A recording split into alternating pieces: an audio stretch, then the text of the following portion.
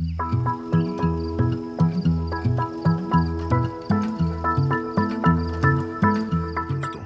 आज मैं आपको एक बहुत ही मजेदार कहानी सुनाने जा रहा हूं। यह कहानी शेख चिल्ली की विचित्र लेकिन साहसिक हरकतों का अद्भुत उदाहरण है।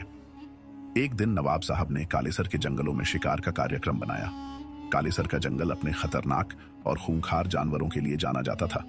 वहां अकेले शिकार करना बेहद जोखिम भरा काम था। इसलिए नवाब साहब ने हर तरह की तैयारी करने का फैसला किया। वजीर ने कड़े इंतजाम किए, पानीपत से प्रशिक्षित हाथी बुलवाए गए और शिकार के लिए विशेष बंदूकें तैयार करवाई गई।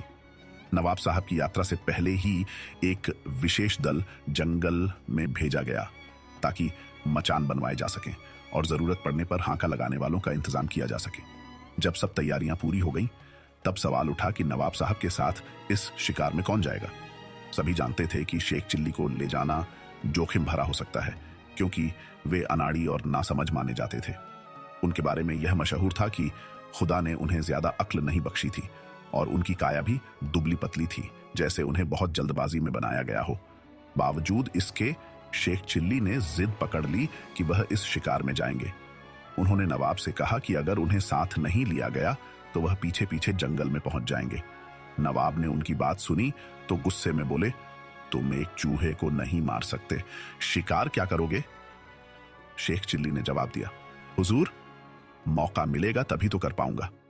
शेख चिल्ली की इस जिद और दृढ़ता को देखकर नवाब साहब ने उन्हें अपने दल में शामिल कर लिया। काफिला पूरी तैयारी के साथ कालेसर के घने जंगलों में पहुंचा, जहां पहले से ही सब इंतजाम थे। तय हुआ कि रात में तेंदुए का शिकार किया जाएगा। दिन ढलते ही सभी लोग पानी, खाना और बंदूकें लेकर मचानों पर बैठ गए। यह चांदनी रात थी और सभी की नजरें उस चारे पर टिकी थीं जिसे तेंदुए को लुभाने के लिए बांधा गया था। शेख चिल्ली को नवाब साहब ने एक और साथी शिकारी शेख फारूक के साथ एक मचान पर बैठाया था। हालांकि वजीर चाहता था कि शेख चिल्ली अकेले मचान पर बैठें ताकि उनकी हरकतों से बचा जा सके, लेकिन नवाब साहब ने यह सोचकर उन्हें अकेला नहीं छोड़ा कि कहीं शेख चिल्ली कोई बेवकूफी न कर बैठे और शिकार हाथ से न निकल जाए। इस तरह शेख फारूक उनके साथ मचान पर बैठ गए। तेंदुए का इंतजार करते हुए 3 घंटे बीत गए और शेख चिल्ली का धैर्य जवाब देने लगा। उन्होंने शेख फारूक से फुसफुसाकर कहा, अजीब अहमक है यह तेंदुआ, इतना अच्छा चारा बंधा है और कमबख्त गायब है। शेख फारूक ने उन्हें चुप रहने का इशारा किया, लेकिन शेख चिल्ली का मन शांत नहीं हुआ। उन्हें लग रहा था कि बाकी सभी डरपोक हैं और एक तेंदुए के लिए सबने इतने लोग इकट्ठे किए हैं। ये कोई बहादुरी तो नहीं। वह खुद को सबसे ज्यादा साहसी मानते हुए सोचने लगे कि यदि तेंदुआ अभी आ जाए तो वे उसे नीचे उतरकर थपेड़ देंगे।